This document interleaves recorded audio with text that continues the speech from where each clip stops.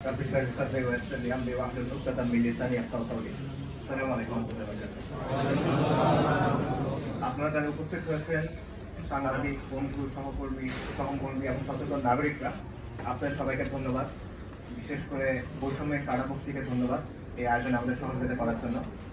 আমরা এখানে একটা গুরুত্বপূর্ণ বিষয়ের প্রতি অ্যাটেনশন ড্র করার জন্য এসেছি। বিষয়টি একদিকে আমাদের ব্যক্তিগত নিরাপত্তা এবং সম্মানের সাথে জড়িত, কিন্তু অন্যদিকে এটার আরো বড় একটা পরিসর আছে, আরো বড় একটা অ্যাসপেক্ট আছে।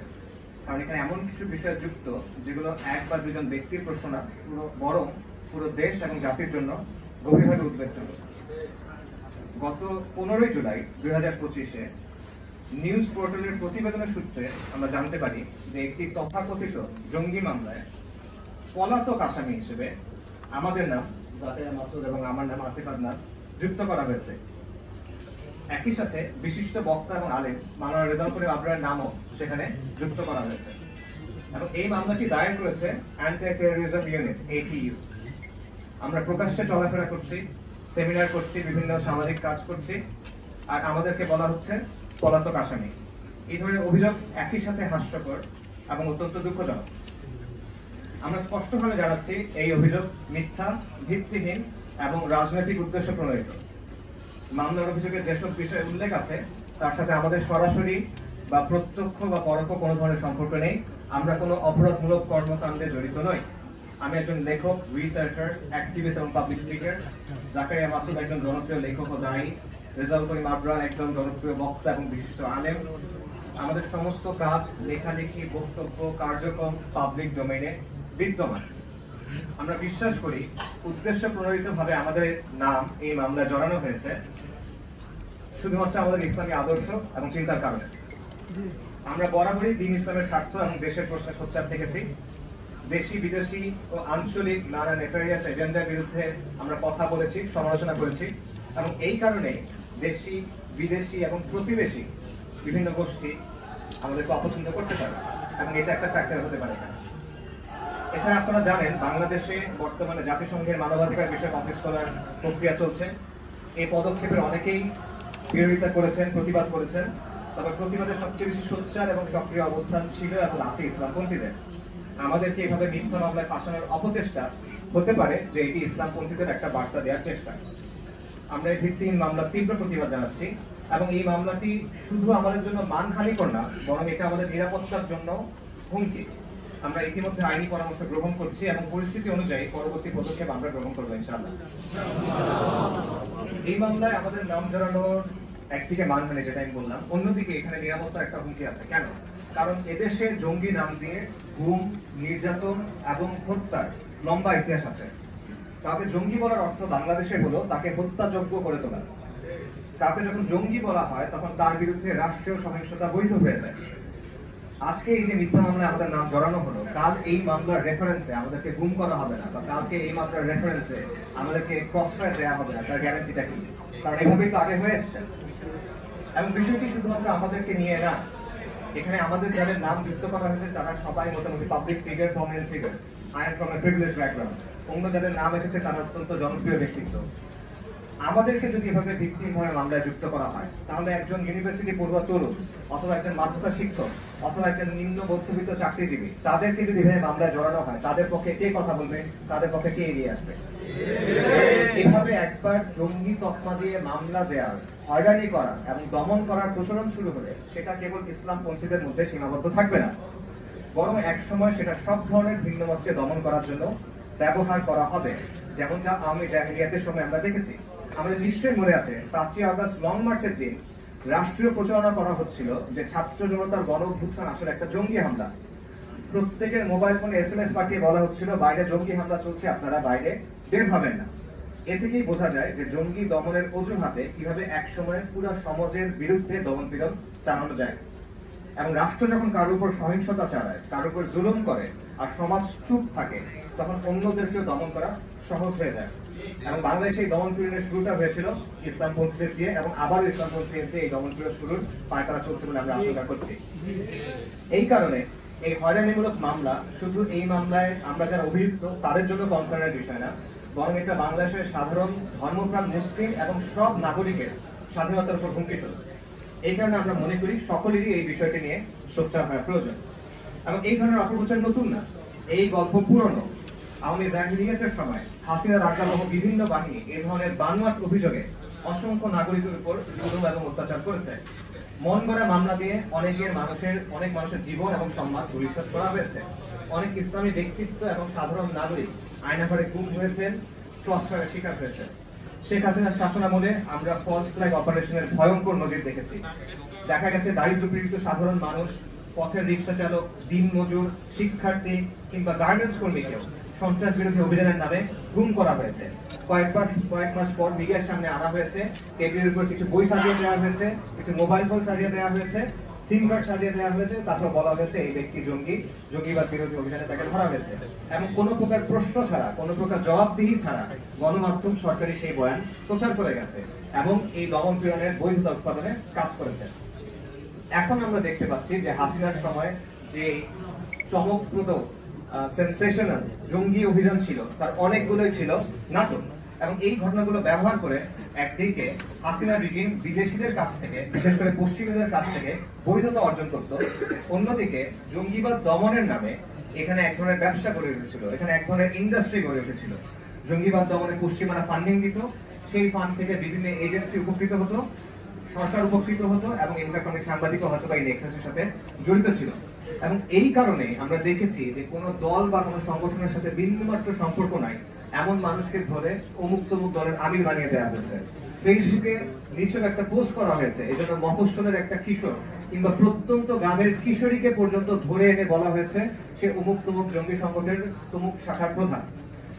এবং এভাবে ধরে এনে পিটিয়ে আত্মরা করে 164 ধারায় জবানবন্দি নেওয়া হয়েছে। যারা জবানবন্দি দিতে রাজি হননি তাদের বাবা, ভাই কিংবা স্ত্রীকে উঠিয়ে এনে নির্যাতন করে জবানবন্দি দিতে বাধ্য করা হয়েছে। তারপর সেই জবানবন্দির ভিত্তিতে, বানোয়ার জবানবন্দির ভিত্তিতে রায় হয়ে গেছে, কারো ফাঁসি হয়েছে, কারো যাবজ্জীবন হয়েছে। এগুলো বাস্তবতা এবং তারা এখনো জেলে পড়ে পচে মরছেন, ঢুকছেন। জঙ্গি মামলার নামে পর্দানসীন মুসলিম নারীদের সেক্সুয়াল অ্যাবিউজ করা হয়েছে, রেপ করা হয়েছে, মধ্যযুগীয় কায়দায় নির্যাতন করা হয়েছে। এবং এর প্রমাণ আমরা দেখেছি গুম কমিশনের রিপোর্টে, আয়নাঘরের তদন্তে এবং জুলাই পরবর্তী অসংখ্য বস্তুনিষ্ঠ অনুসন্ধানী প্রতিবেদনে।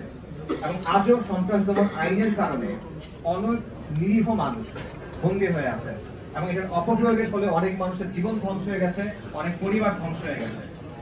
এছাড়া আমরা দেখেছি যে জঙ্গিবাদ দমনের নামে কতিপয় স্বার্থান্বেষী মহলের পরিচালিত তথাকথিত গবেষণার ভিত্তিতে দাড়ি টুপি পরা, চাকরির উপর কাপড় রাখা বা ইসলামী বই পড়ার মতো, ফোন ধরে সালাম দেওয়া, যাওয়ার সময় আল্লাহ হাফেজ বলা, এই কথাগুলোকে পর্যন্ত উগ্রবাদের লক্ষণ হিসেবে উপস্থাপন করা হয়েছে এবং এগুলো রীতিমতো বিজ্ঞাপন দিয়ে টেলিভিশনে এবং প্রিন্ট মিডিয়াতে ছাপানো হয়েছে। এবং এই ইসলামী দাওয়াকে বন্ধ করা এবং জনপরিসরে ইসলামের যে প্রভাব সেটাকে সংকুচিত করা। আমার ব্যক্তিগত অভিজ্ঞতা বলে, আমি নিজে ব্যক্তিগতভাবে হাসিনা আমলের ভুক্তভোগী। কুখ্যাত র্যাব কর্মকর্তা আলেকুদ্দিন, যে ধর্ষণের অভিযোগে অভিযুক্ত, খুনের অভিযোগে অভিযুক্ত, সে একাধিক বানোয়াট মামলায় এভাবে আমার নাম যুক্ত করেছিল। এবং যেভাবে এখানে বানোয়াট ভাবে পলাতক আসামি বলা হচ্ছিল, ঠিক একইভাবে পলাতক আসামি হিসেবে অসংখ্য মামলায় সে আমার নাম দিয়ে রেখেছিল। মোদী বিরোধী আন্দোলনের সময় লেখালেখির কারণে আমার বাসায় প্রশাসনের লোক এসেছিল, আমার বাসায় ফোন এসেছিল, এখন অসংখ্যবার হয়েছে। এবং 24শে জানুয়ারিতেও বাংলাদেশে যে ট্রান্সজেন্ডার আইন বাস্তবায়নের পায়তারা চলছিল, এর বিরুদ্ধে লেখালেখি করার জন্য আমার বক্তব্যকে নাকচ করার চেষ্টা করা হয়েছে জঙ্গি বলে। এবং এই সবই হয়েছে এই জঙ্গিবাদের জুজুর ভয় দেখিয়ে। দুঃখজনকভাবে গণঅভ্যুত্থানের মাধ্যমে আওয়ামী লীগকে হটাবার পর জনগণ যে সরকারকে ক্ষমতায় বসালো, তারা একই চিত্রনাট্য অনুসরণ করে জঙ্গি নাটক করা শুরু করেছে। যেহেতু এই ন্যারেটিভ ব্যবহার করে ইতিপূর্বে অবর্ণনীয় অত্যাচার ও মানবাধিকার লঙ্ঘন হয়েছে, তাই এই ধরনের মামলায় অত্যন্ত সচেতনতা এবং সংবেদনশীলতা জরুরি। এই ধরনের যে কোনো তদন্ত ও মামলায় আমরা প্রতিটি অভিযুক্তের জন্য ন্যায় বিচার, সদাচরণ এবং মানবাধিকার সমুন্নত রাখার আহ্বান জানাই এবং গণমাধ্যমকে জনগণের প্রতিনিধি হিসেবে দায়িত্বশীল সাংবাদিকতার আহ্বান জানাই। মিথ্যা এবং হয়রানিমূলক রাজনৈতিক মামলা কলোনিয়াল আমলের ঐতিহ্য। আজকের এই পোস্ট কলোনিয়াল রাষ্ট্রগুলো ইংরেজের এই ট্র্যাডিশন খুব ভক্তি ভরে অনুসরণ করে যাচ্ছে। এই জন্য আমরা দেখি যে অনেক রাজনৈতিক দলের শীর্ষ নেতার বিরুদ্ধে ময়লার ট্রাকে আগুন দেওয়ার মতো অনেক মামলা আছে। এগুলো নিয়ে হাসাহাসি করা যায়, কিন্তু জঙ্গি মামলা কিংবা সন্ত্রাস বিরোধী আইনের মামলার ক্ষেত্রে ব্যাপারটা সেরকম না। কারণ জঙ্গিবাদের অভিযোগ গুরুতর অভিযোগ। সন্ত্রাস বিরোধী আইনের মামলা গুরুতর মামলা। এই বাংলাদেশে এই অভিযোগ আর এই মামলাগুলোর কারণে অনেক নিরাপরাধ মানুষকে বন্দিত্ব, নির্যাতন এবং হত্যার শিকার হতে হয়েছে। এবং এই প্রক্রিয়ার সবচেয়ে মারাত্মক দিক হলো এখানে যে অভিযুক্ত তার নিজেকে নিরাপরাধ প্রমাণ করার কোনো সুযোগ নাই। সাধারণত কোনো ব্যক্তির বিরুদ্ধে অভিযোগ উঠলে সেটি প্রমাণিত না হওয়া পর্যন্ত সে নির্দোষ হিসেবে গণ্য হয়, প্রিজাম্পশন অফ ইনোসেন্স। এটা যে কোনো সভ্য আইনি ব্যবস্থার একটা মূল ভিত্তি। কিন্তু ইসলাম প্রিয় নাগরিকদের ক্ষেত্রে ব্যাপারটা উল্টো, গিলটি আনটিল প্রুভেন ইনোসেন্ট। মন চাইলো মামলায় নাম জড়াতে দিবেন, এখন যার নাম জড়ানো হয়েছে তার দায়িত্ব হলো নিজেকে নির্দোষ প্রমাণ করা। সম্পূর্ণ উল্টো। যখন কোনো মুসলিমকে জঙ্গি বা উগ্রবাদী হিসেবে অভিযুক্ত করা হয় তখন তাকে আগে থেকে দোষী মনে করা হয়, কোনো প্রমাণের প্রয়োজন নেই, কোনো বিচারিক প্রক্রিয়ার দরকার নেই, অভিযোগই তার শাস্তির জন্য যথেষ্ট। এটাই বাংলাদেশের বাস্তবতা। এবং আমরা যা কিছু বললাম তার প্রায় সবকিছু আমরা এই মামলায় দেখছি। হাসিনার আমলের চিত্রনাট্যের পুনরাবৃত্তি দেখছি। আমরা সোশ্যাল মিডিয়া, সামাজিক গণমাধ্যমের সূত্রে দেখেছি এই মামলা যারা দায়ের করেছেন সেই ব্যক্তিদের ফোন করা হয়েছে এবং এই মামলার ব্যাপারে যখন জিজ্ঞেস করা হয়েছে তখন তারা বলছেন সরকারের চাপ আছে।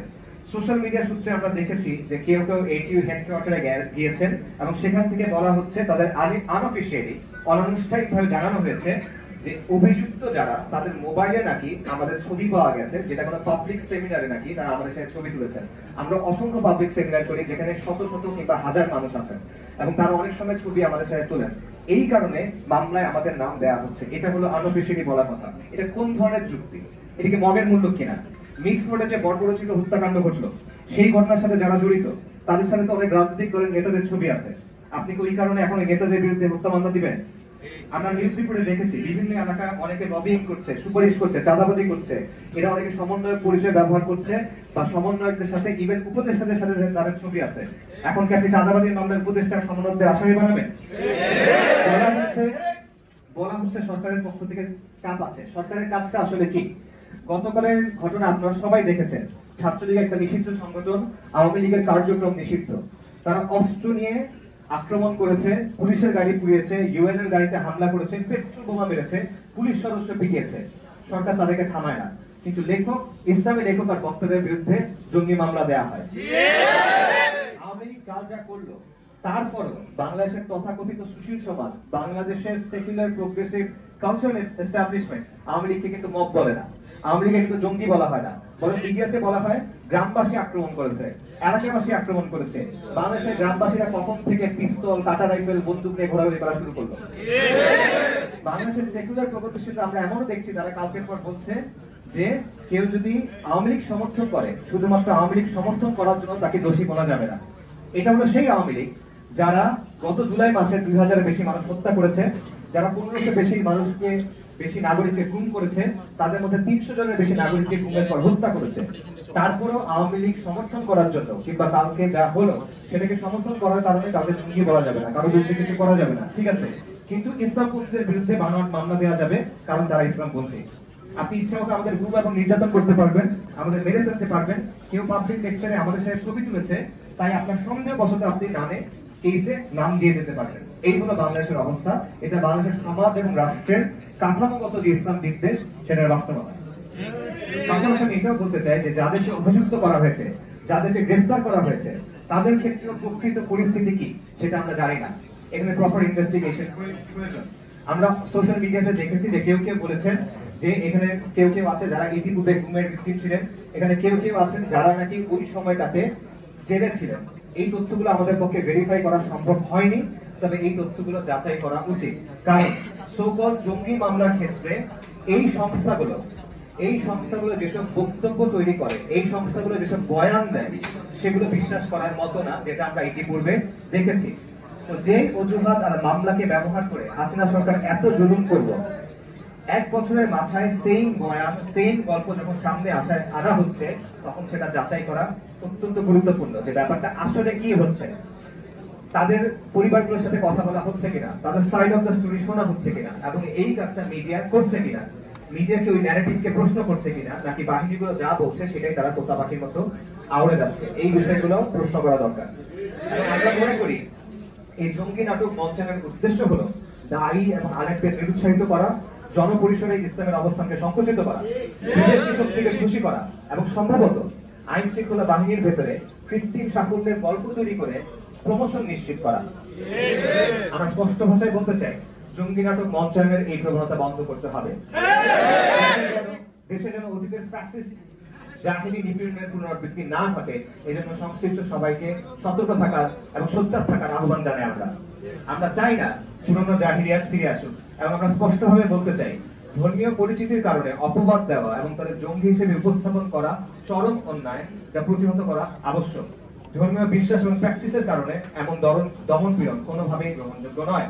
আমরা এই পরিকল্পিত জাহিলি নীতির তীব্র প্রতিবাদ জানাই এবং একই সঙ্গে আমরা এই জঙ্গি নাটকের রচয়িতা ও পরিকল্পনাকারীদের চিহ্নিত করে তাদের দ্রুত জবাবদিহিতা এবং বিচারের আওতায় আনার জোর দাবি জানাই। যারা এই ষড়যন্ত্র করেছে তারা জেনে রাখুক, এতে তারা সফল হবে ইনশাআল্লাহ। ইতিহাস জালিমদের জন্য কখনো উদার হয় না, আর জুলুমের বিরুদ্ধে স্বয়ং আল্লাহ সুবহানাহু ওয়া তাআলা সাক্ষ্যদাতা। আল্লাহ আযজা ওয়া জাল্লা বলেছেন, ওয়া মাকারু ওয়া মাকারাল্লাহ ওয়াল্লাহু খায়রুল মাকিরিন। তারা ষড়যন্ত্র করেছিল আর আল্লাহ জবাবে কৌশল করেছিলেন, এবং আল্লাহ সর্বোত্তম কৌশলী। আমরা আল্লাহর উপর তাওয়াক্কুল করি। আসসালামু আলাইকুম ওয়া রাহমাতুল্লাহি ওয়া বারাকাতুহু।